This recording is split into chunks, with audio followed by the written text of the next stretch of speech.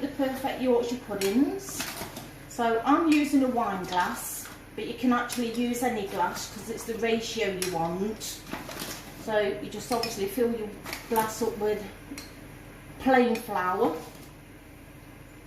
to the top, empty it in, and then we put in eggs. Now this is where most people make a mistake because they don't put enough eggs in Yorkshire puddings. So again, you just fill your glass to the top with the eggs. A little bit excessive, the amount of eggs you need. However, it's much nicer when the Yorkshire puddings come out absolutely beautiful and raised.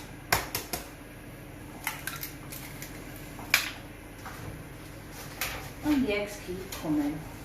Normally it does take around about 6 medium eggs or 5 large eggs. Right, so empty that into your mixture, and again with your milk, no water, again into your mixture. Pinch of salt is optional, depends if you're watching your blood pressure. That is just a large pinch, and then basically we just whisk. Now some say that you can't use an electric mixer. That's a load of rubbish because I've had fantastic results with both. The only reason I'm using a hand mixer this time is to stop it splattering me on all over the phone. You don't have to go super duper mad. So now I will go on to my electric mixer. We will have to move over near a plug socket. And here we are back again. And it just mix. And that's literally, let some air get into it. You don't have to do it on super duper speed. It can take a couple of minutes.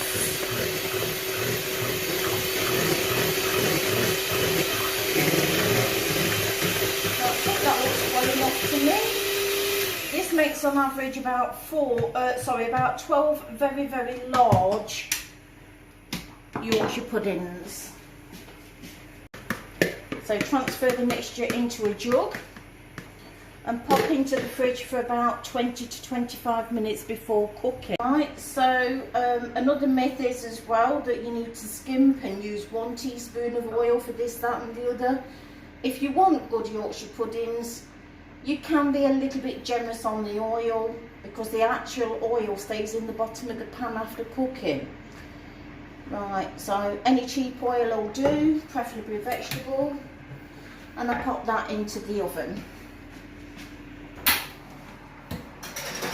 Let them go in there until they're lovely and hot. You will smell it actually when it's hot enough, and then we'll be back in a few moments to put the actual Yorkshire pudding mix in. The oil out the oven, it's absolutely red hot, and you can tell when it's hot enough because the Yorkshire puddings will start to fizzle as you put the mixture into the tins. Now I always let it overflow because my son likes the burnt bits around the edges.